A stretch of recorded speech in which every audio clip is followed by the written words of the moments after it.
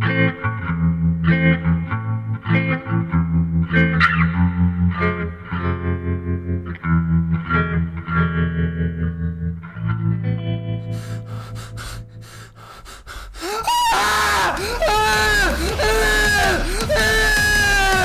we begin?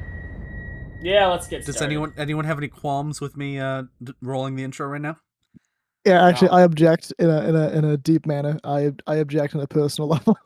This podcast. You fucker. What's your objection? I think specifically? we should wait another just a couple more minutes just to make sure that Sam is here and is not like a ghost. That is true. We can't confirm that he's not a ghost. We can't confirm that. I thought you were going to say we should wait another 6 hours until Calhoun gets home. And that's another option, but I got things I gotta do today, so I can't wait that long. Yeah. Which no. So without any further ado, let's get this intro rolling here. Hello, ladies and gentlemen. Welcome back to the Collective Stupidity podcast. It's a special one. They're always special. This one's especially special because Calhoun isn't here, which is really mean, actually, and not at all how I intended for that intro to come off. I was just trying to say, he's not here and he hasn't been here at all. It's the first one where he hasn't been. You know what I'm saying? Do you guys get what I'm saying with that? I kind of do. He has been rather consistent, considering we used to bust his balls for not being there. Consistent. Yeah, that was a consistent bit for the first 10 episodes. Yeah. So, but shout out to Calhoun. Yeah, he's really upped his game. He's upped his game. Lately it's been Sam that we've had issues with. Well, I'm not going to speak on that. We don't need to touch on that. Let's just move on. Okay. Continue your spiel. Okay. Continue your spiel. Well, I mean, I don't think there's much more to my spiel. That's kind of it. I think as my intros have gone on, they've gotten weaker and weaker. And there's less and less substance.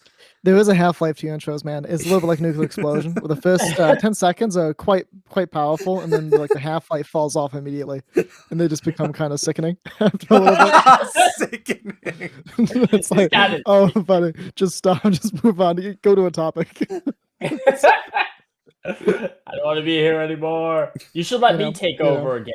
You should make it permanent, in fact. Yeah, just let me take over. Let me take over the hosting of the show. I'm genuinely concerned when you say it like that. I'm not doing that because there was malice and manipulation in your voice there, and I don't want that. I'm not concerned at all. I know bad shit's gonna happen, but I think it'd be fun to watch, so I'm all for it. That's certainly an idea. We'll keep that in mind. Okay. I do have a statistic for you though. Okay. I mentioned, I think it was last episode that we, how crazy it is that how many episodes we have. Because I mean, this episode is technically episode 30 of the podcast, but I did some other research, and as of episode 28, I believe, we are, or episode 28 or 29, one of them. Season 4 is officially the longest season of Collective Stupidity that we've had. We beat out season 1. We have season 1 with season 4. Yeah, I think we should keep the season going. We can't make the seasons consistent, so we have to keep it going. Season 4 is going to be what season longest. Are we again? Is it 4? This we should stay in season 4 forever. Forever. Yeah, forever. We should never switch. I just did a quick Google, and I don't actually know if this is true, but I'm going to believe it, that the average, there's loads of podcasts in the world, but most of them go for a while and stop. Mm-hmm. And the average amount of episodes for a podcast is 30.1. Is this our 30th episode? This is our 30th. Are we there yet? Okay, we've officially meet the statistical average of podcasts. If we do the next episode, we'll be above average in terms of length. Hey, fantastic. Okay. In terms of tenure, we'll be above average. I will be above average. Above average. Collective above average. Above average collective. Above average survival rate? Is that the word? I'm not really sure. But I can't wait to put that in all of our marketing and put that all over social media. That's going to be so exciting. It's going to be awesome. It's going to be sick. Love it. Hey, on that note, I want to say, I'm very happy to be a part of something. When you first pitched this idea, I imagined great things. Those great things have not happened, but at least I have a way, like I have something I could do on the week whenever I'm bored. So I guess, it was worth it in the end, even though I have not made $1 million and the supposed patent hasn't been filed yet. But that's okay. Well, it's filed. It's pending, though. It's still pending? It's still... Listen, patents take a while, man. Do they really? Dominic, do patents take this long? It's been a year. Why are you asking me? I have fucking no idea. I imagine they do. I can only imagine they do. I mean, it's a government process. It's the U.S. government. If we'll be lucky if it's done in a decade, quite honestly. What I am curious about is what aspect of the podcast are you patenting? Right? Like what are you gonna file a patent for exactly? Listen, that's for me to know and for you to wonder, if you catch my drift. Right, because we don't do anything in the show that I would call like truly unique, right? Like it's a couple of dudes talking on a podcast. It's pretty common. So like you can't pan that. You can't pan the format of using Discord because I know lots of podcasts that do that. So you can't pan that. You can't pan the editing style. I mean, hell, we took an intro from Top Gear. There's nothing new. It's actually cannibal original. Maybe the name. Should we copyright the name so somebody else doesn't do this better? I mean, probably, but like that implies seriousness that I don't think is quite here yet. That is fair. Yeah, and that also wouldn't be a patent. That would be a trademark on the name. What you're looking at is a trademark, and I reckon you probably could get away with Collective Stupidity as a trademark. That's pretty specific enough. Yeah, it's pretty specific. It's not like Coca-Cola a couple years ago tried to trademark the color red. And every trademark office went like, "No, bud, you can't do that. That's stupid." And they didn't get away with it. Yeah, that reminds me of like McDonald's, I believe it was, had obviously they have the Big Mac, right? But in Europe, there was this place in like the UK or Ireland or something like that also had a Big Mac. It was completely unrelated, and I believe the European burger preceded the Big Mac, but they like sued them over the name, saying, "Hey, you can't use that violates our brand," and they lost. So now in Europe you have Burger Kings with Big Macs just to spite McDonald's, which is hilarious to me. You know what? That's a pretty base move right there. I co-sign that. No worries. Stick it to him. Yeah. Fucking corporate greed. They sicken me. Yeah, but that. I mean, the Coke one went nowhere because you really can't copyright a color. I mean, the argument they gave, I'm trying to think back to it now. The argument they gave was that we want to copyright the color red in terms of selling carbonated cola flavored soda. Mm-hmm. Okay. Like in that context, you can't use red because people mistake that product for Coca-Cola. And even when you add that caveat, it's still far too generic. The color red within that context, and they still didn't allow it. You really want specifics when you're trying to trademark something. They don't trademark things unless it's rather specific. That makes sense. I think that's fair. Even. Yep. Like the only thing that we might be able to patent, I would say, is probably like the closing statements, because that's kind of unique. I mean, I know that people have like conclusions and stuff, but I feel like it's not quite the same. I don't think you can patent the closing statements, and I also don't think you could trademark them because you can't patent the closing statements to begin with. It's a patent. You need like instructions how to make a product for a patent. Oh, surely we could make them. I mean, come on. Patent's like a physical thing, man. Look. All I need to write down is Sam says something wild out of context, out of pocket. Yep. Dominic shills for something random. There you go. Robert usually just has a one-liner, and I scream. That's all you need. You know what I mean? That does set up the show pretty nicely. Actually. It does. Yeah. So that sums up pretty much the entirety of the fucking show. God. Yeah. Should we move on to a topic before we get lost in the weeds forever? No, let's get lost in that's the gonna weeds a happen. little more. Actually, have you guys seen that Nintendo is trying to like copyright or patent or trademark or one of the fucking things? Like it's some dumb shit. Hold on, I believe they're trying to copyright the idea of animals fighting each other, like animals being captured and then being released to fight each other because of Pokemon. Oh yeah, I saw that. Yeah, it's I'm gonna pop the Reddit so you know it's accurate. Yes, thank you. Oh, okay, never mind. The Reddit is One Piece. It's a giant. I'm not gonna read all that. Give me a wiki. I need a wiki page. IGN, they're pretty reliable. Well, okay. IP lawyers have criticized the U.S. patent system after Nintendo was awarded a Pokemon patent that revolves around summoning a character and letting it fight. That is a tough patent to enforce. yeah. Especially since Pokemon took it from cockfighting, right? I mean, you got to think about it that way too. Yeah. This sounds like something Nintendo would do. This actually sounds like up Nintendo's alley, but yeah. I don't really know what kind of comment you're looking for. I mean, I think it's. I don't know. I just thought it was interesting, and then I got nothing from it. Anyways, I'm probably gonna cut all that. I don't like it. You know what? Editing me, cut this entire episode. I don't like it. There was something in a previous episode where I told you to cut and you didn't cut it, and there was something else I didn't want you to cut. You did, and I forget what both of those are now. I want to complain to you about it, but I don't remember. I don't remember. I have no memory. I have no idea.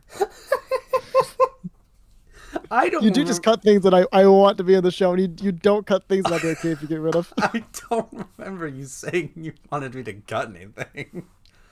I also didn't cut anything out. Like I don't. I'm sure it's something stupid for sure. Dandy Day Robinson is typing in the chat. What is he saying? Oh, is he? Did he have an issue? Is he having an issue? Sam, are you still there? He's still there, Sam? He's muted, and he stopped typing. He may have been mauled by a mountain lion. No. Whenever I click on the voice channel, it kept popping up like, wait, your voice channel on a scale of 1 to 10, and not letting me into the voice channel. Nice. I was like, you Discord, this is not the time for your bullshittery. I have work to be done. Oh, well, this leads us Sam maybe sometime. Yeah. This leads us to a crossroads. Would you like me to talk to you about printers? Because I would love for you to talk to me about printers. Please do. It just dawned upon me that the statement I just said is so unbelievably boring that I find out that anyone can find it interesting. Like there's 3 hosts. One of them just went down. Like we have a cipher thing. I just go, do you want to talk about printers? It's a little bit sad. Okay, I got a printer tale for you. I got a printer saga. Yep. A printer story. Lovely. Please tell me about it. 3 years ago. Let me set the stage here. Let me paint you a picture here. Yes, 3 years ago. Paint me a novel real quick. A younger Dom with longer hair than I have now went to a garage sale and found a Hewlett Packard inkjet, a nice printer for $1 at a garage sale. And so I bought it. Wow. Because I needed a printer and it was cheap, and it's a nice one. It's not the budget. It's the one that has like the top loading things. You can load a whole stack of documents and scan them over, and it's nice. Right? I buy a printer. Now the catch when you buy a printer is the ink. The ink's how they get you. Yep. Right. And so ink for this thing's like $80 a thing. I'm not gonna pay that. No. So obviously not. $1 printer. It has a full thing of ink in it. I decide when it runs out, I'm gonna ditch it. This is a disposable printer now. We're gonna go full American. This is a disposable printer. Right? This is my plan. When it dies, I go to Walmart, I'll just buy a cheap one, and that'll be my printer. But I'm just gonna use this for $1 until it runs out. And then right before it runs out, I use it like all of like 2023, for my chemistry classes. I print a whole bunch of stuff out on it. It's really useful. Right before it runs out, I go up to my summer job, and none of their printers work. So I brought my printer. Oh, is this that printer? Yeah. I brought my printer, and so it was the only printer in the summer camp that would function. So we would shove 1,000 sheets of paper through it a day, and we just took it. But they bought me ink. You see, they bought me ink. So I didn't have to buy the ink. And they bought too much ink. So at the end of the summer, I took my printer home and I brought the extra ink with me, and I had that ink last until next year. And then I went back up, and the same thing happened again with none of the printers work because they can't buy new printers. They're cheap. And so they use my printer and just bought me ink. And then this is where tragedy happens because I forgot the printer up there. I left it. No. I left it in the heat of battle, up in the Adirondacks, in the heat of battle. Just left it. Dominic, leave no man behind. Yeah, I am not a U.S. movie, and I leave a man behind. This is what's happened here, right? And so I relent. I left it. I didn't leave it on purpose, but I was okay with leaving it because at the time, like, it's a nice printer, but it's a nice printer from 2002. It's seen some life, and it's getting a little bit old now. And I was like, I'm just gonna buy a new printer. They can just throw it out. Or frankly, the camping can just keep it, right? Like, I'm sure they're gonna use it again next year. Yeah. Just have it. So I go home and I buy a printer from Walmart, right? I have to get a new printer. I need a printer in my office. I print things all the time. And so I go to Walmart and I buy a new Hewlett-Packard printer, like the new one. Yep. But the cheapest one I want was like $50 for a printer. Right. I was figuring I was gonna get the cheap one. And this is where we have to digress to a thing that annoys me about everything now. And I'm sure you can relate to this. Okay. I find it annoying that everything in our world requires a username and password. Oh my God, yes. It drives me nuts. Yeah. This Hewlett-Packard printer, I had to sign into HP Smart to scan a document to my computer. Yeah. Right? Like, I am scanning a document. I am scanning a D&D sheet to a friend. Right? Like, this does not require a username and password, but the printer is unusable. It will not let you use it unless you sign in. Literally. Yeah. Username and password. But then it forgets your password, and I forget my password. I don't know what it is. I can't scan anything. It drove me nuts. I had it for like 3 days, right? And after 3 days, like, this is bullshit, and I returned it to the Walmart. This is unacceptable. I am never going to buy anything from HP ever again. This is bullshit. It honestly really, really irked me. Yeah, HP is really bad with that too. Yeah, and HP Smart it's so poorly designed. I've never seen such a. It annoys me, right? Because the product was perfect. Like, you perfected your product in 2012, and ever since then, like, the inkjet. Perfect. Ever since then, complete slide down. It's entirely your fault, HP. You just keep cramming stuff that nobody actually wants. It's no wonder you're going bankrupt. You know, it's like it's nuts. No wonder you're regardless, right? I could not stand the HP printer. The HP Smart, terrible. A terrible software. Everything requires a username and password. Everything requires you to sign in again. And annoyingly, it has this thing where you open it for the first time. You open it and it goes, hey, do you want to sign into your password? And you go, no. It goes, okay, that's fine. And then it takes you to the main menu. And then you click on anything. It just makes you sign in the password anyway. Yeah, exactly. Why even give you the option? Why even give me an option? But they do. So I returned that printer. I returned it after printing off a giant document, by the way, but it's beside the point. I returned the printer to the Walmart. And I bought a Canon instead. The Canon, I don't know whatever it is. Canon, the cheap one from Walmart. Yep. And that one does not require a username and password, so that's the one I'm using now. So go for Canon. 10 out of 10. Yeah. Any Canon employees out there, you the real ones. And Canon, is that Japanese? I think that's Japanese. Good job. Hewlett-Packard is from New York, and they suck. I'm putting it out there. The American one's the one that sucks. Yeah. Naturally. Regardless. I digress. I had this Canon printer. I've been using this Canon printer. It's been going all right. A couple of days ago. In fact, just on Friday, right, just 2 days ago at work, somebody walks in. Who could that be? Oh, it's my boss on the summer camp. Oh, he has a thing in a cart. I wonder what that could be. He brings in my printer. He has my printer. He brought in my $1 one. I was like, hey, bud, I know it's been 3 months, but you left us at camp. You want it? I was like, yeah, I do want that. I have my printer now. So now I have 2 printers. I don't know what to do with either of these printers. And there's not just the printer. He brought back the ink, too. So the cycle continues. So I have 2 printers now, and I don't know what to do with my second printer. I really don't know. I can't return it. I lost the receipt. It's been like 2 months now. If you want to buy a printer, man, just let me know. I put this going to be shilling in my closing statement. Too. I mean, I already have a good printer. We got a new one recently. It's beautiful. Unfortunately, I'm not going to be able to take. Here's another issue with printers that I've had in the past. Why are they always such a pain to fucking print, like wirelessly too? Oh, I don't even try with the wireless. I have a wire going from my printer to my computer. Yeah, like I don't even try. Never works. Never works. There, like, we had one printer, right? A nice black one. I think it was from some brand. I don't fucking know which one. But like, only my dad could print from it. He was the only one that was ever able to print from it, and I don't know why. But then we had a new HP one that we bought to replace that one. That only worked about half the time. You could never do wireless, and even if you were wired, it was a toss up if it actually printed anything. But this beautiful new printer is awesome. My dad got so fed up one day that he went out of his way to come home from work and buy a new printer. And he set it up, and it's beautiful. I can go right now into any Google Doc. I can hit Control P. I can print to that printer wirelessly. It's beautiful. I love it. There you go. That's what you want. I want to correct myself earlier. I said HP was from New York. I was wrong. I was thinking of IBM. They're actually from California, and I'm adding this to the list of reasons why I'm not going to move to California. Hewlett Packard, you are on that list now. You're up there with LA, right? That's on the list of reasons not to move to California. Yeah, what are the other reasons not to move to California? We have HP, LA. I'm assuming heat is HP, another one. LA. Those are on my list.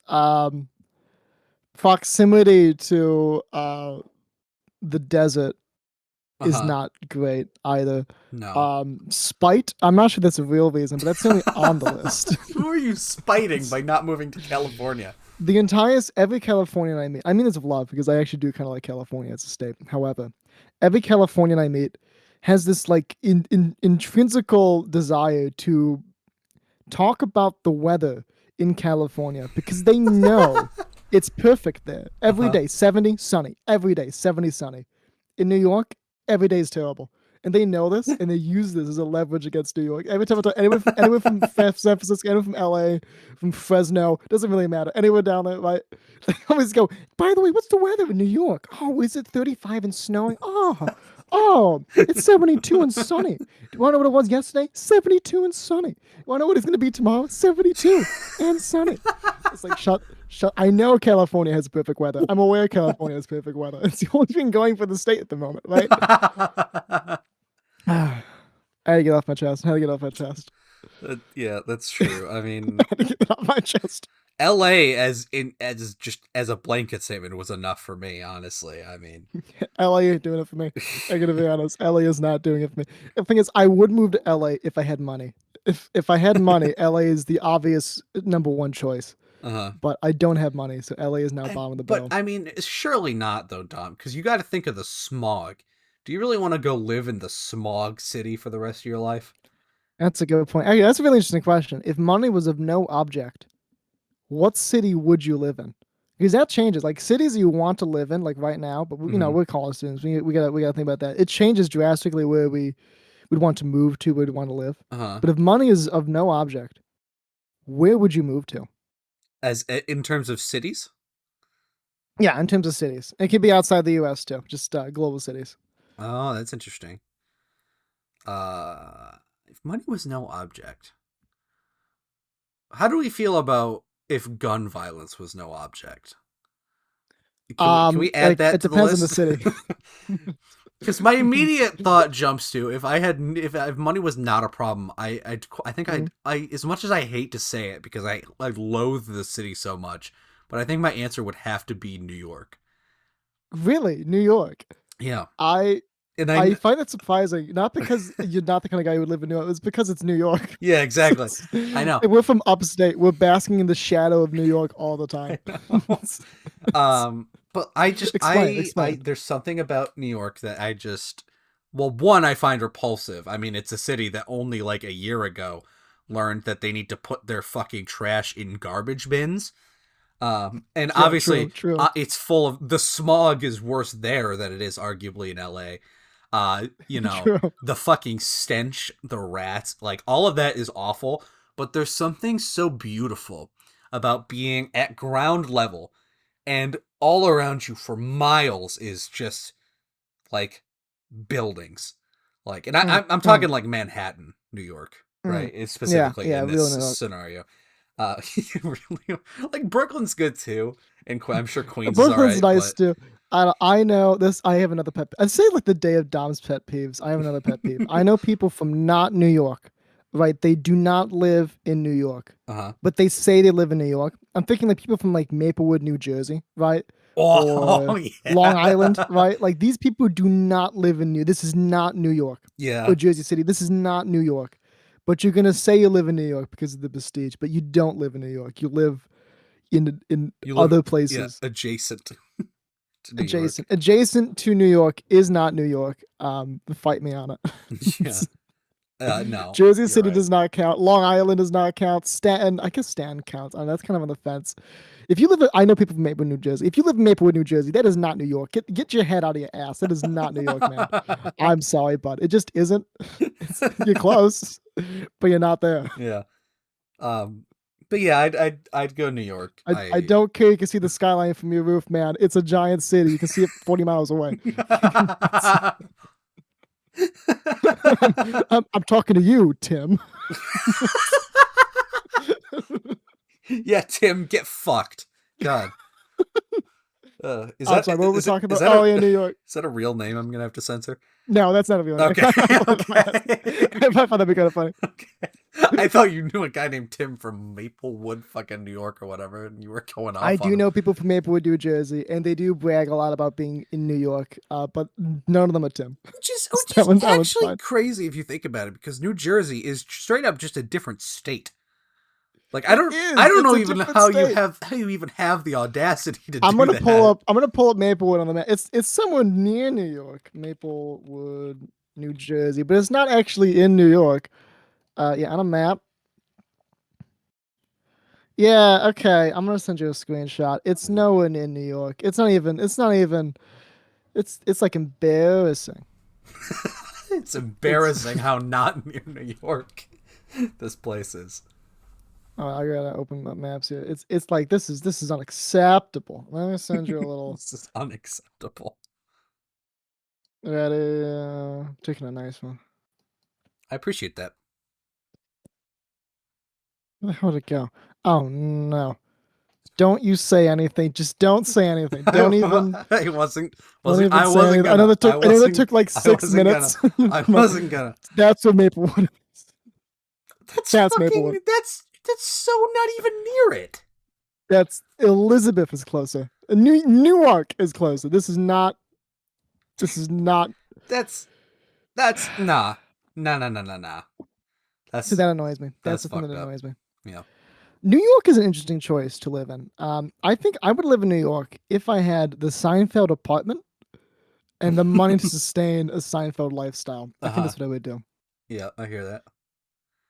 What gets me about Seinfeld is like Jerry's apartment. It's kind of supposed to be a little bit lower end, a little bit sleazy, right? It's not really meant to be like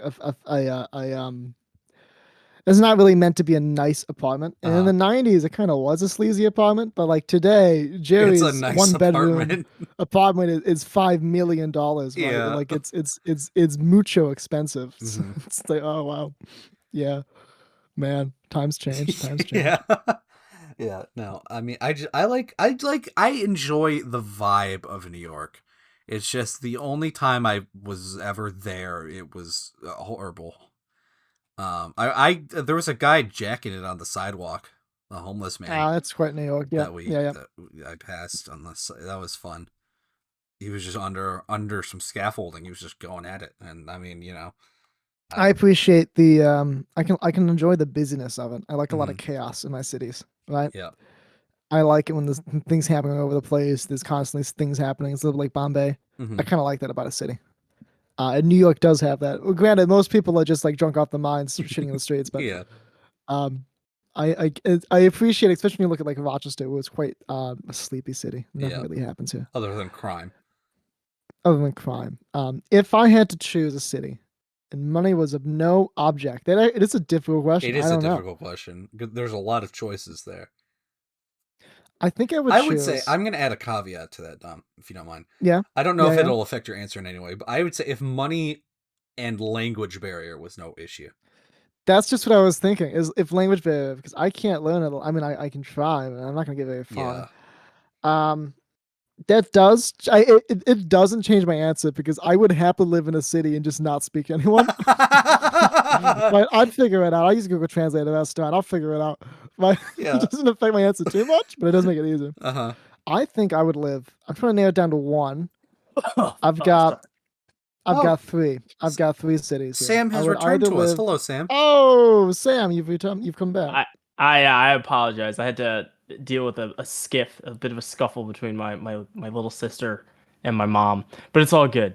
We got it all taken care of. You had me worried there for a second. I thought we have to do the whole podcast. It's just me and Jake. Yeah, talking about printers.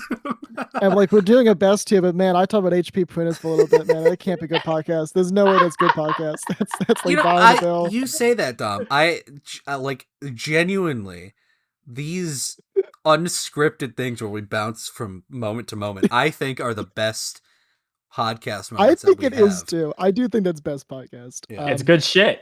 Yeah, it is good. Good shit. But I was talking about something. I forgot what it was. If you live in any city with no barrier of money or language. Oh yes, I'm trying to narrow down to one. I don't think I can. I would live either in London, Good Istanbul, or it's Constantinople, whatever one it is now. Istanbul. It's Istanbul now. Istanbul in Turkey. I'd live there. Yep. Or I'd live in Tokyo, Japan. Those are all amazing answers. They're also all completely different from each other. Yes, very, very wildly different. Very, very different. If I had to choose one, I think I would choose. I think I would choose London.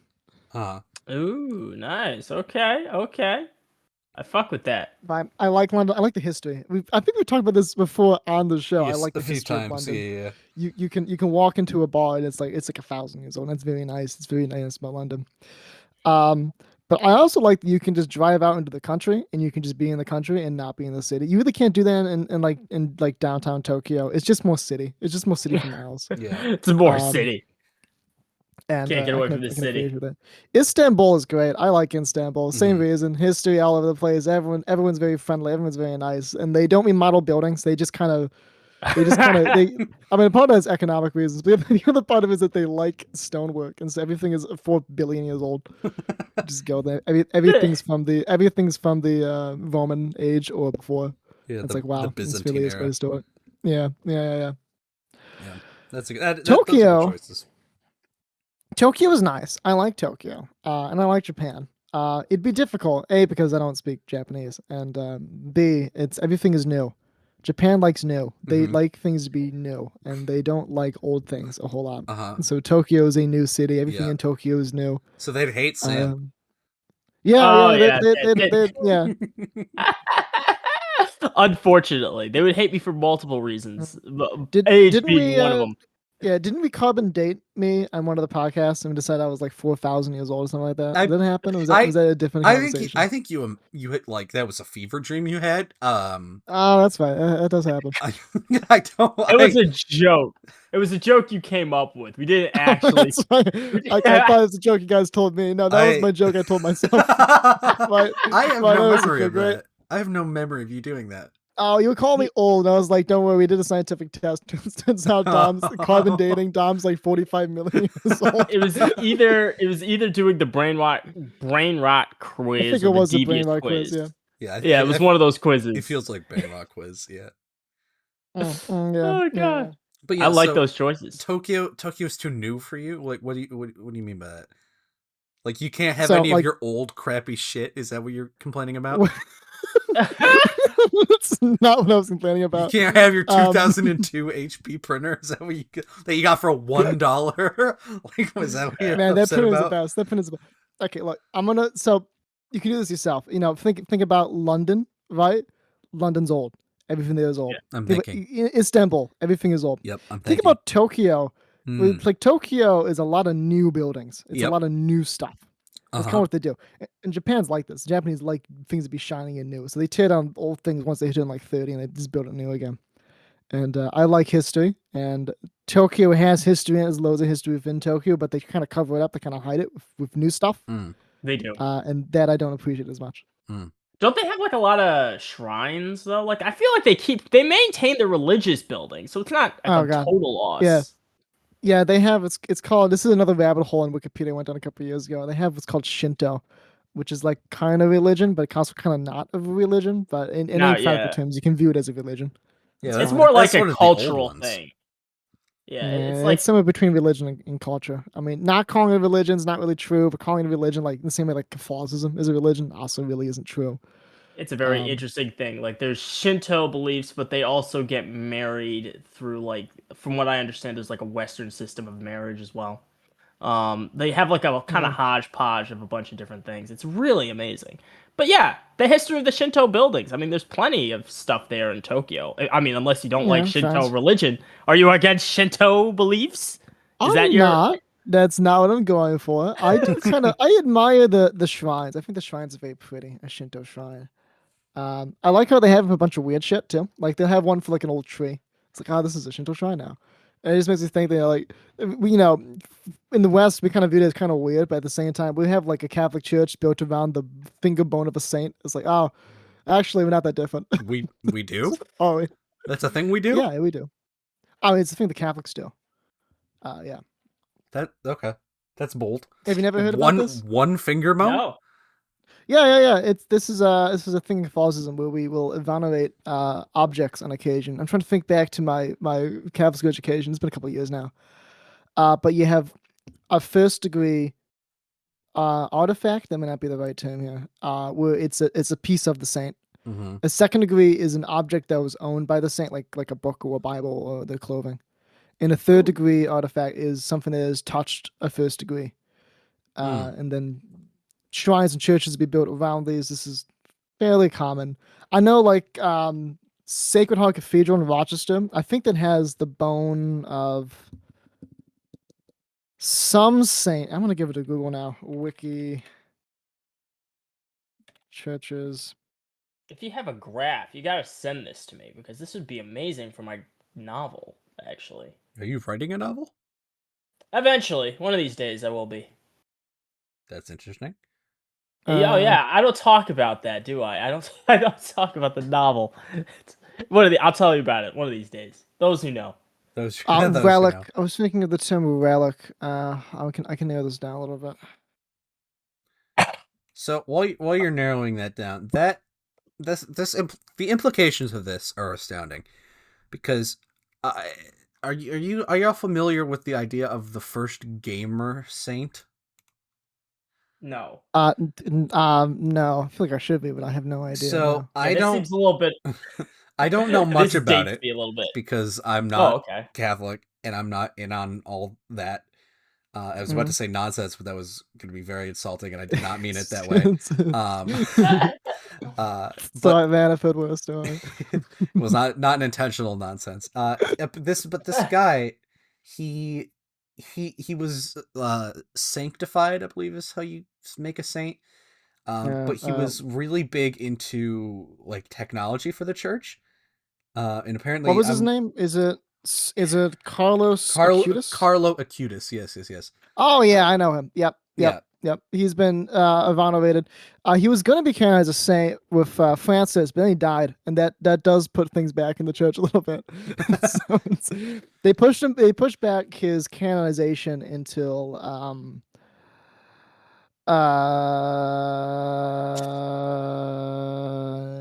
nope. I pushed it back to the 7th of September. So he's been canonized. He's a saint.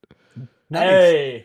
I know. I was gonna do a video about him with a professor of mine who works at a theology school, but it never panned out. He was born in 91 and he lived until 2006. I think he died of leukemia. Cancer. And he lived in Italy for most of his life, and he spent it creating various online resources towards Catholicism and the Bible. And he was canonized on 7th of September 2025 alongside Pier Gorgilio Frazzati, who was an Italian Catholic from the 20th century. So there you go. There you go. He is the patron saint of the internet, which is a bold statement. Yeah. That is a huge bold. But this causes so many. Does this mean you could theoretically build a church around his Xbox controller? Yeah, I mean, you totally could. I don't think that's gonna happen for a couple thousand years, but yeah, no, you totally could. It'd be quite a leap because there's no way that would make the news, and the church does think about what would hit the news and what won't. But when it comes to a pure theoretical, yes. Pure theoretical. Pure theory. Yes, they will do it. Why was he canonized? What did he do exactly? What did he? What was this thing? I'm gonna pull up. I'm looking at his wiki. Because I can't imagine anybody who plays Xbox doing anything that of any kind of. He was canonized to become a saint. You have to do there's a whole list of requirements, and while you're alive, you have to do a lot of work, either for the church or for the Church of a capital C, which is just people who are evangelizing people to become Christian. Like that's part of like the Church of the capital C. Okay. And he spent a lot of his life doing the latter of those two, which is creating websites for various churches in Europe and in Italy. Proclaiming the church and proclaiming Jesus. And I'm doing a very poor job explaining this because I'm looking over the wiki as I'm going through it. But he did a lot of evangelization online, and he made quite a few web pages for a lot of churches and brought them into the 21st century.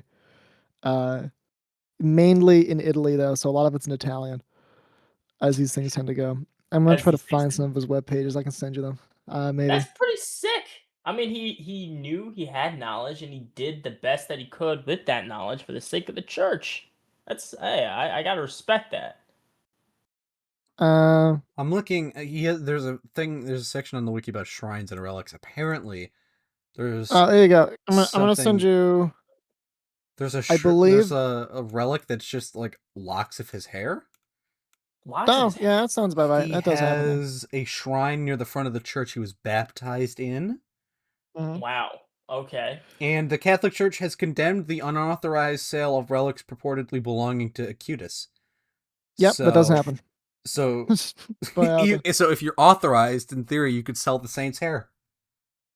Yeah, well, a lot of authorization comes from the church is pretty serious about what is and is not a relic, and they do police that.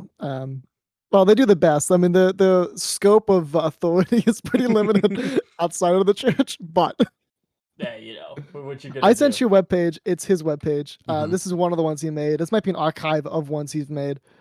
No, this is just an archive about him. What the hell is his webpage?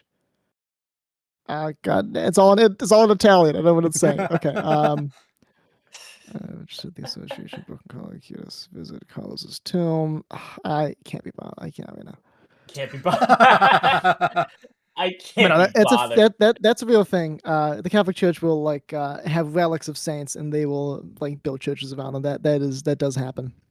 The real sought after relics are relics of famous saints, right? Every so often you'll see Saint Peter pop up in a church. I say every so often like it's popping on eBay. It's not quite what's happening.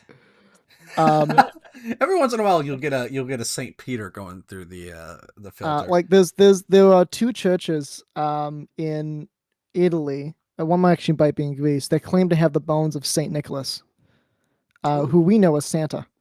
Mm-hmm. And that claim is actually pretty hotly disputed. There's a lot of debate there, but they do claim to have it. They claim to have the bones of Saint Nick. That is the other big relic they kind of that bounces on every so often is some people will claim to have pieces of the cross that Jesus was crucified on. And there's a lot of claims for this kind of wood, and there's actually enough claims out there you can build a 18th century ship out of this wood. So obviously some of these are not true. Yes. The most creditable ones though belong to the Greek Orthodox Church in Israel, and they have a pretty good provenance of the wood. It goes back about 2,000 years. The records of it. That one likely is real. The rest of them, I'm not sure about. Those it gets a lot more sketchy once you leave the Greek Orthodox Church. Oh God. It comes with Hey. tracing the cross of Christ. Oh my God, they have his body? Oh, do they? Huh? I'm gonna look at his tomb. They just have his body. No. What the fuck? Oh yeah, they do. They just have his body. Oh yeah, it's entombed. They could just do that for people that aren't Lenin? Wow. Yeah, no, there's I gotta find the wiki page now. There's maybe 300 to 400 saints that are like this throughout the world that are just entombed. The Catholic Church just has bodies around? Yeah, the Catholic Church has bodies around. Yeah, a lot of them. It's a big church, man. We do a lot of weird shit. Just put it out there. Oh God. The big ones you gotta think about is a couple of these bodies are treated, right? They've been embalmed, right? But some haven't. Some have not been embalmed, and that's what they were when they died. But they're still in from miraculous reasons or other reasons they're still intact. It's weird. Damn. If I don't want this to happen to me. Yes. No, I don't want that to happen to me either. I prefer What? I prefer being buried. Stick me in the ground. Man. I would prefer being eaten by wolves. I don't want my body to be a tourist attraction. I don't want that. It's a tourist attraction for a very limited audience. Yeah. Well, what, you telling me you don't want to be you don't want people to admire you and live to your standard of living, Jacob? Think about it. A bunch of people who venerate you as a saint and will copy you for days to come. They will no longer eat in public. They will hate whatever I don't know. That they will hate, period. They will hate, period. All right, so you can do all that without having my body on display in a fucking museum, or I think this is do you guys know of the Vatican City? No. Yes. Okay. It's not like you had a whole segment about talking about just the Vatican and what it was doing. Oh yeah, that's true. St. Peter's Basilica in the Vatican. It's called I'm reading the wiki page now. It's called St. Peter's Basilica because underneath it is the tomb of St. Peter. He's down there, buried. So this has been happening for quite a while. This is quite a thing. This is quite the thing. I love it. Yo, it's crazy. And yet they don't believe in the rapture. All this other I gotta stuff. find you there's a documentary out there of I forget what it's called, but it's about a couple of priests and a couple of scientists going around the globe trying to see if these artifacts are true or not. Because there's a whole field of Catholicism all about determine the legitimacy of some of these claims. And they do a whole bunch of weird stuff. It's like you can take this piece of finger bone and we're gonna carbon date it, and then we're gonna DNA test it against a bunch of Germans and see if it can match up. And it does great. Dude, that's a wicked idea for a reality TV show. It actually is. That actually is a wicked idea for a TV show. We need more TV shows centered around priests doing weird shit, I think, as a society. Because the priest is such a powerful character archetype that's so underutilized. Do you guys know of the thing that happened a couple years ago with the Pope's blood? No. Okay, this is a great story. This is like a secondhand story now, so this may not be entirely historically accurate, but that should be a caveat for the entire show. Let's be honest. Secondhand information. Okay, so I'm not sure when the date was. I'm gonna say it was 2006. I'm not sure if it's true or not, but we're gonna go with it. Okay. Pope John Paul, he's dead now. He died, and then we had Benedict, and then we had Francis, now we have Leo. But before Pope John Paul died, in the 80s and 90s, there was an attempt on his life. There was an assassination attempt. He was shot. Okay. And he survived. He was fine. But when he was shot, he bled quite a bit. And a couple of priests, because the Catholic priests in Italy, they're gonna do what they're gonna do. They scoop up the blood of Pope John Paul. What do you mean they're gonna do what they're gonna do? You make them sound... They're gonna do what they're gonna do. I feel like they're like vultures, baby. They're just circling. They're circling, looking for anything they can get their hands on. Well, I mean that in terms of if I was standing next to Pope Francis and he was shot, I would attend to the Pope. I would not go for the blood on the floor, but that's what they did. I'm sure there's some more steps there, but I love the idea though that these fucking priests, they were just carrying around vials for the express purpose of if the Pope ever got shot. Okay, so I know one of the artifacts is a handkerchief that was used to like dab up the blood and hold pressure on the wound on John Paul, and the other one is like some other artifact that's been dipped in blood of some sort. They're both in vials. Okay, these vials are kept at the church in Italy. Okay. In 2012, that's actually not a real date. I'm not sure, but later in the story, the church was robbed. There was a robbery of the church, and the guy broke in there. Damn. And he stole the church's safe, which has his money, and they also stole a giant gold crucifix and a whole bunch of crap from the safe, which includes a whole bunch of relics and also a bunch of documents and whatnot. Right, and included with these documents was a single vial, one of these 2 vials of this Pope blood. It was stolen, and they took it. And well, about 3 weeks later, the police called the church and like, hey, just letting you know, we were going for these files, man, and all this in fluent Italian, right? They say in Italian, I found all of this blood in a box in the trash. Is this yours? Is this your vial of blood? I found in the box in the trash, and they found it like in the back of an alleyway, behind a restaurant. And the church looks at it and goes, "Oh my god, yeah, that's the blood of Pope John Paul. That's the one," and they take it back. Which must have mean like at some point this crook like opened the safe and was like, "What the hell is this?"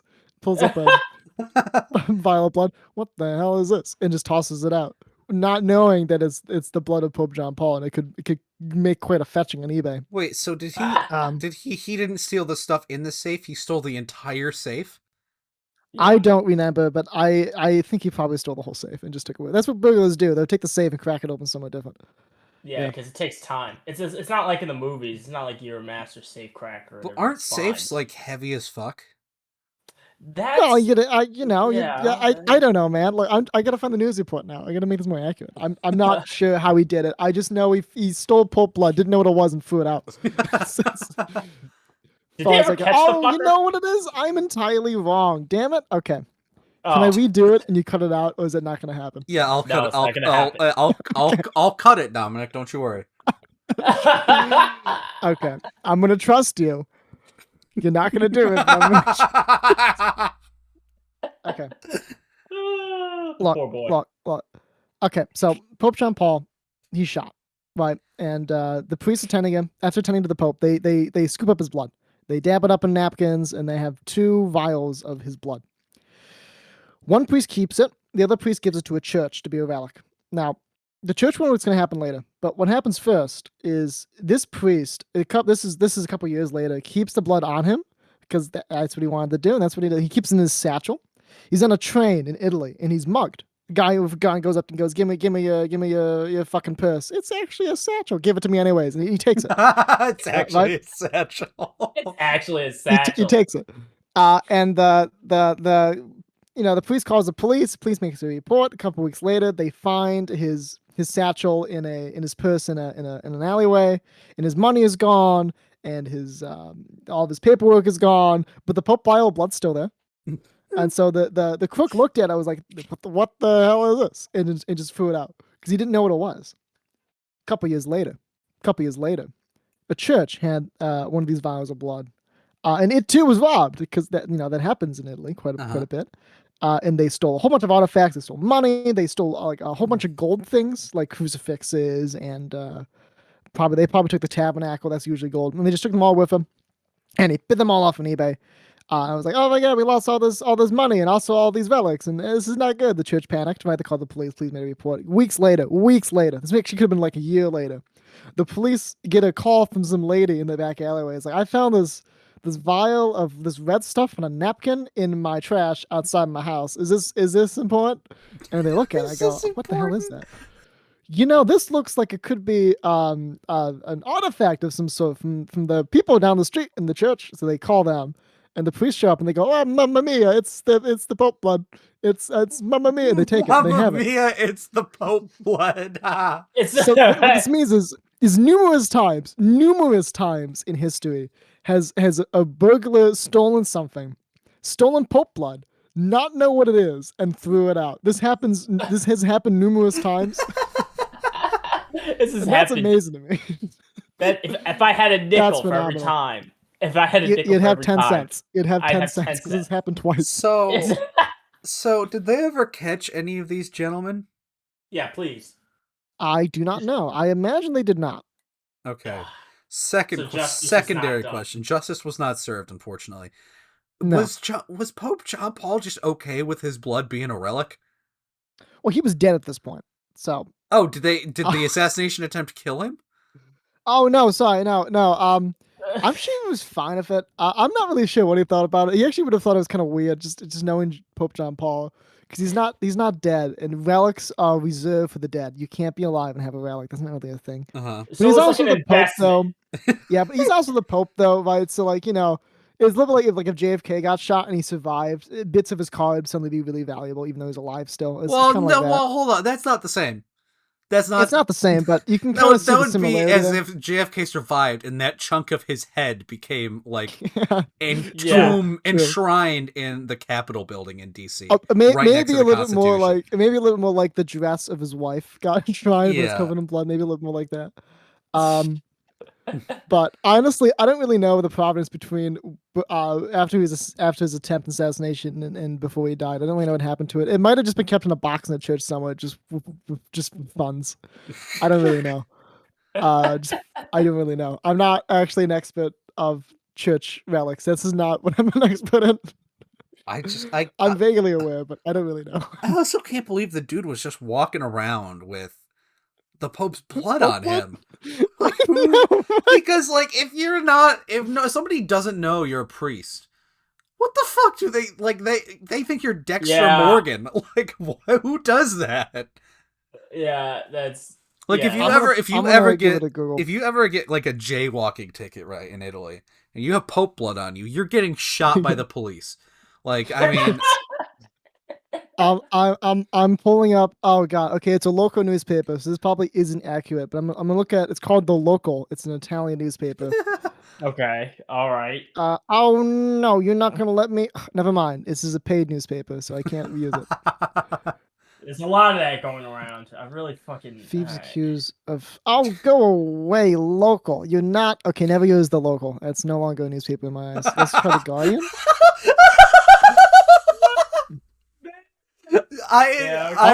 This is from The Guardian. This is The Guardian from. I'm sorry. No, Paul. We need to never use The Local. They're no longer a newspaper in my eyes. If I have to pay to use a newspaper, because you disagree with the pricing policy, it is no longer a newspaper. Period. That is. In my eyes, yes, that's good. I'll co-sign that, man. I would also co-sign that. Yeah, paid. This is The Guardian. Newspapers suck. This is from Friday, November 13th of 2020, so it's relatively recent. Like in church timeline, it's brand new, but besides the point. Italian police have identified the man suspected of stealing a vial containing the the blood of Pope John Paul II from a cathedral in the Umbria region of Italy. The gold and crystal container was stolen from an altar dedicated to the late pontiff in Spatello in September. Police identified the man reported to be 49 and a resident of Tuscany, thanks to CCTV footage. The vial, one of 3 relics that contained droplets of Pope's blood, has not been found. Okay, it has been found. This is an old article. Police made it up in the parallel market, it's in the black market of Pope blood. As such relics are of great religious value. Wow. Yeah, so it has happened. This does happen. This is not the first time one of the late pontiff's relics has been stolen. In 2014, months before his canonization, a metal frame contained the blood-stained piece of cloth from the robe he was wearing when he was shot in an assassination attempt at St. Peter's Square in 1981. It was stolen from the church in Abruzzo. The theft triggered a massive search involving sniffer dogs. The cloth was eventually found among rubbish in the garbage of one of the thieves, who threw it away, not realizing its value. So this has happened numerous times. Nice. So here's the question we haven't been asking: Why was he shot? Yeah, that's a good question. Like, what does killing a pope? Did they just not like the idea of a pope? Were they Protestant? Was this another Reformation? What's going on? No. I'm gonna go. This is off memory, so bear with this. That I don't know if this is accurate. Okay. But he was shot by a pro-communist oh no. person from the USSR. Oh, look at that! Because Pope John Paul was quite harsh on communism. Oh no. I'm gonna pull up John Paul. This was one of the boys. He can admire the thinking behind it, but he viewed the Soviet Union as oppressive to its people and spoke out against it heavily. Doing his, I'm gonna pull up. These are the wiki page. Well, in 1979. What a wild concept. Give me a synopsis here. When I heavily stereotype someone. Yeah, 13th of May, 1981. Shut up. In St. Peter's Square in Vatican City, Pope John Paul was shot and wounded by I can't pronounce that. Mehmet Ali Gacha. I don't know how to pronounce that. While he was entered the square, Pope was struck twice, suffered severe blood loss. Acca was apprehended immediately and sent his life in prison by an Italian court. The Pope forgave Acca for the assassination attempt. This bit I remember. He did like 2 days later when he was out of the hospital. He was pardoned by Italian President Carlo Azeglio Cacapi at the Pope's request and was deported to Turkey in 2000. Okay. So look at I'm trying to find the I have relation. So was the dude Turkish or was he fucking Soviet? He was Turkish. Was he living in the Soviet Union? Perhaps. I think he might have been a hitman hired by the Soviet Union. Okay, that makes sense. I'm trying to find. Here's motivations for the assassination attempt. Several theories exist concerning Aga's assassination attempt, one of which was initially propagated in the American media, was strongly advocated since the 1980s by Michelle Leadon. Was the assassination attempt was organized from Moscow, and the KGB has instructed Bulgarian East German secret services to carry out the mission. Bulgarian secret service later chosen by the KGB to assassinate the Pope because of the support for Poland's solidarity movement, seeking of his most significant threats as Soviet hegemony in Eastern Europe. Noam Kronsky and Edward S. Herman instead termed this as the spread of disinformation as news. In the book Manufacturing Consent, they say there's no evidence to support this claim, while Wolf Archer and The Independent dubbed it one of the most successful cases, certainly most politicized of disinformation. Agria himself has given multiple conflicting statements about why he did it.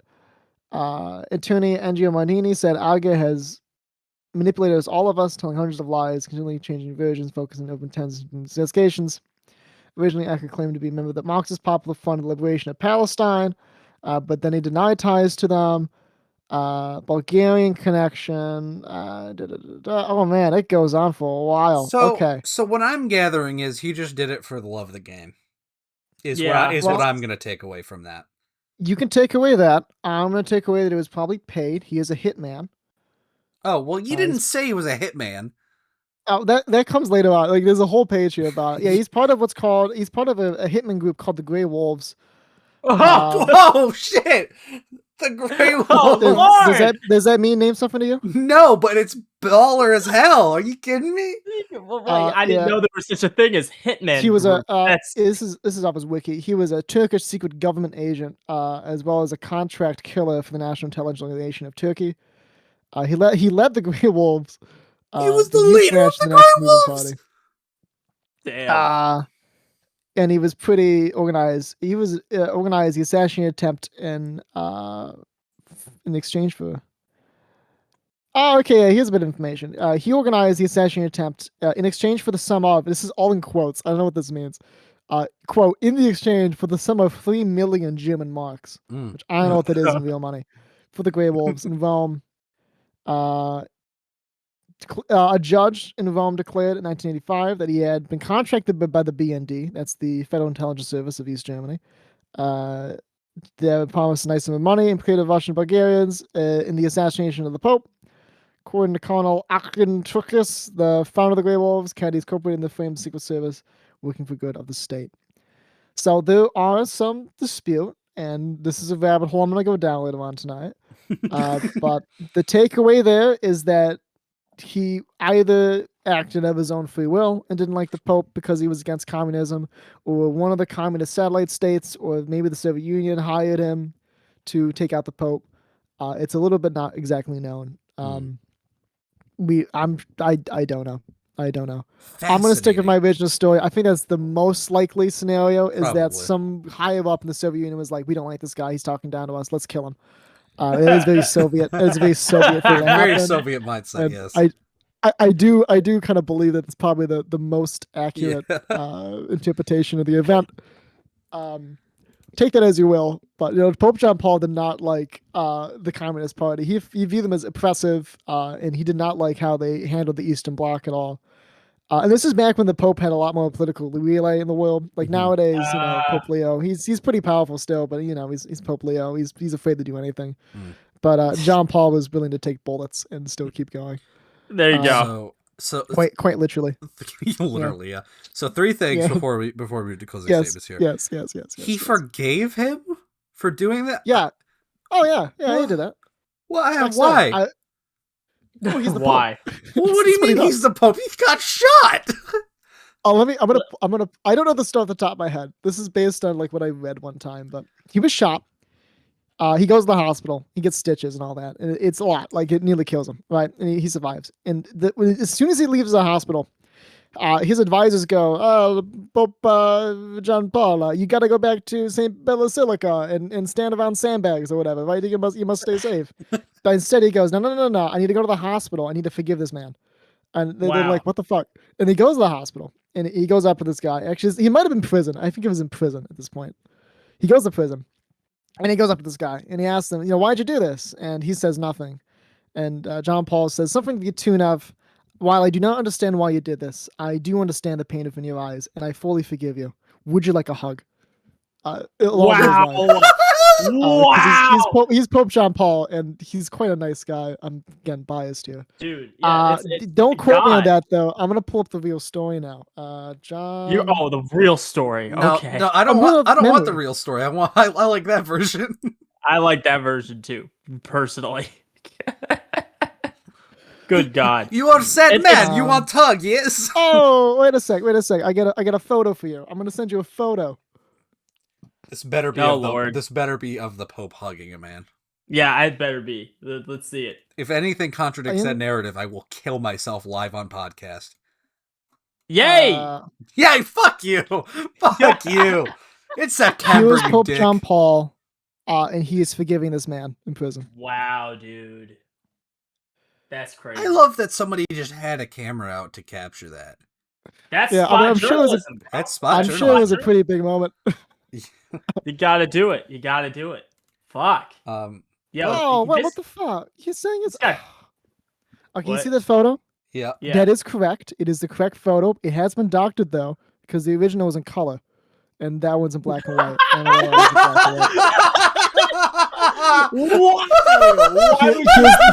Here's the original photo. Same deal though. Dude, what a useless change!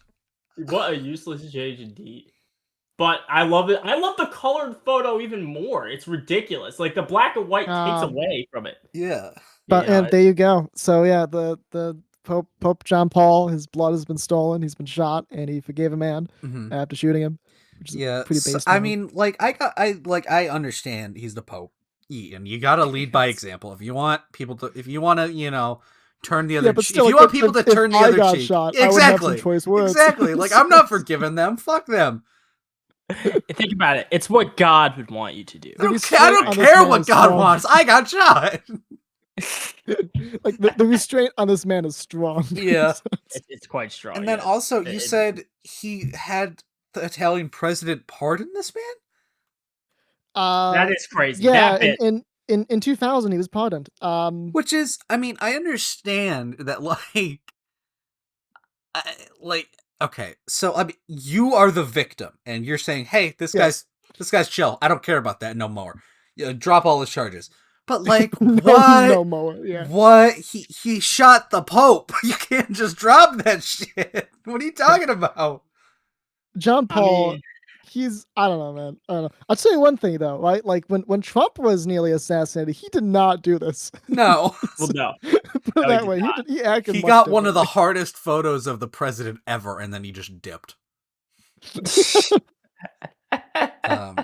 Yeah. Anyways, I think that's enough Pope talk. One last issue we need to get to before closing statements.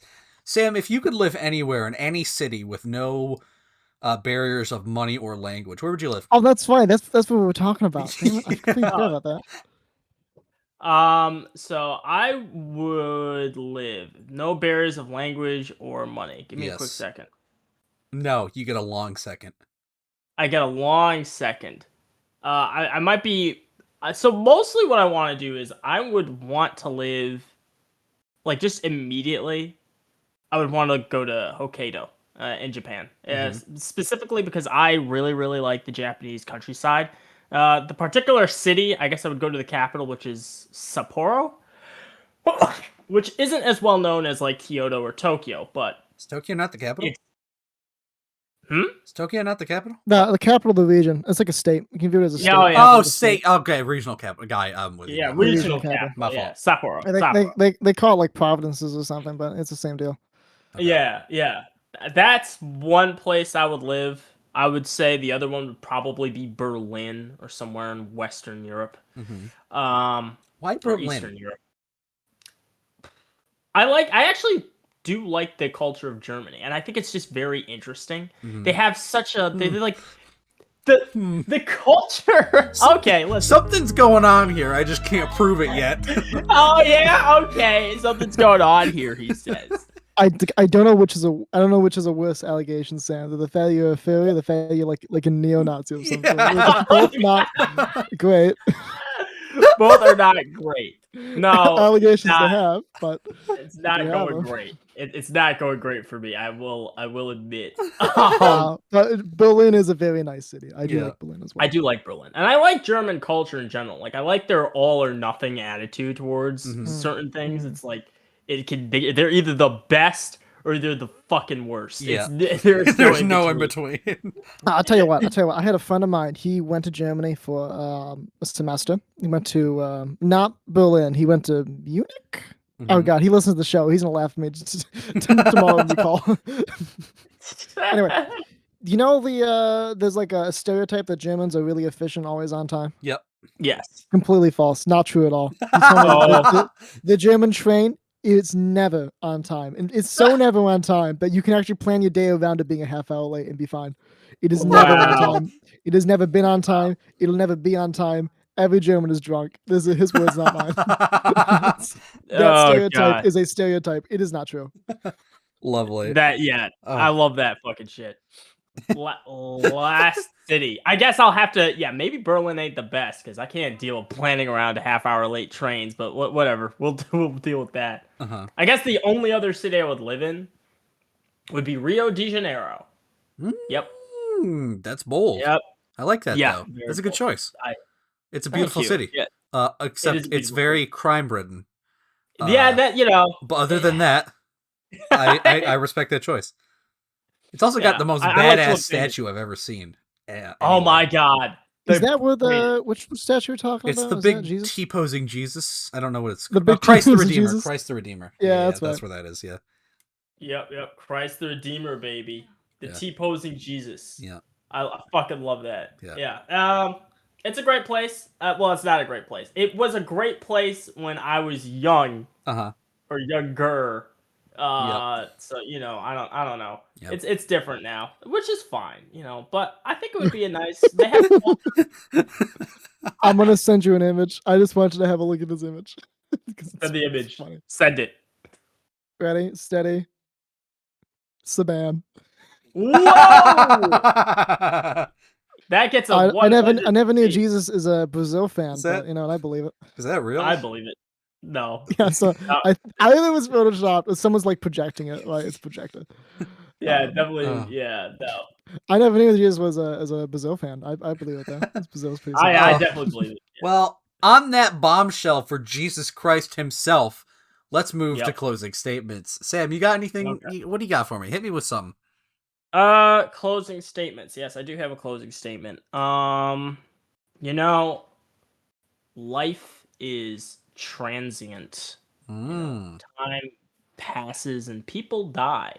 And when you remember that people die, you also kind of come to the realization that nothing is ever that serious. Nothing is ever that serious. You don't have to be everyone's friend, but you also don't have to be everyone's enemy.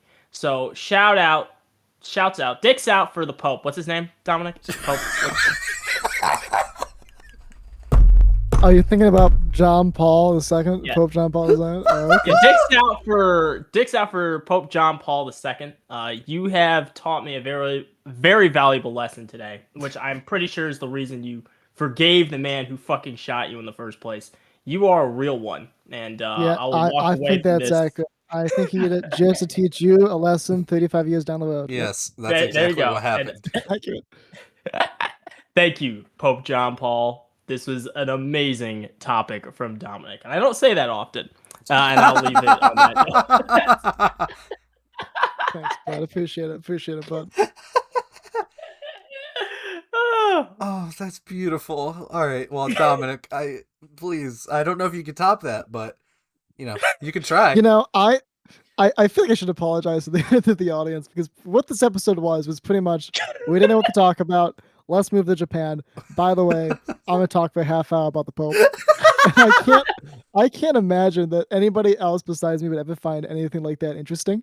So if you do, I'm very happy for you, audience. I love you dearly, but I'll try to talk in length about religion in the future. It can be quite dry. It can be quite boring. I'll have to talk about Islam one of these days. It'll be amazing. By the way, if you are in need, my dear listener, for a printer.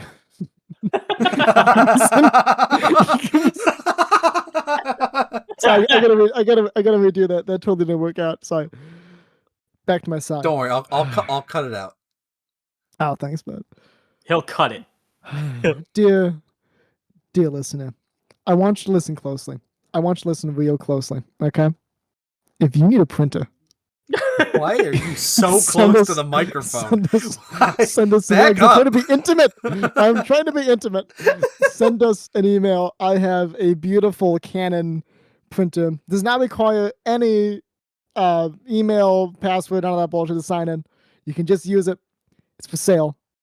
I'll sell it to you for cheap, maybe. I'm not sure what I paid for. 50 bucks? That sounds about fair. Send us an email. I'll Yep. Collective Stupidity business at gmail.com. Hit us up. It's definitely business email too. So send us that. Do it now. Yep. Now.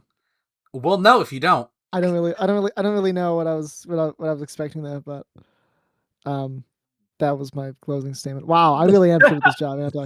We've done 30 episodes and we're still pretty bad at this. At this rate, I don't think we're gonna get better. Yeah, I see it getting just worse as time goes on. But hey, we'll figure it out. Dude. My closing statement is, y'all ever seen a hammerhead shark? Yes. Yeah. How the fuck did it get like that? In evolution? I'm not sure that happens in evolution. Why? I imagine it's what evolutionary advantage does it have to have that fuck ass head? Explain that to me, Sam. Baller as fuck. It does. I'm looking at it, and it is kind of freakish. What? Who does that help? Who does that help? It doesn't maybe it's like, how like a cruise ship has the deck and like I gotta pull up an edge of a cruise ship. Hold on. I have a theory. Stand by. I'm creating my theory right now. Okay. Call bro Einstein the way he has a theory. You're looking at a hammerhead shark, right? Yep. Okay. Here's an image of the bridge of a cruise ship. Do you see how it goes to either side of the bridge? Uh-huh. Like it goes all the way across the bridge. This is so the captain, the crewmates, they can go to the side and get a whole look over the back of the ship. They can see the whole side and back of the ship. Mm-hmm. I bet the same thing happened to the hammerhead shark, where its eyes are like completely spaced out from each other and on the side of its head, so it can see behind itself.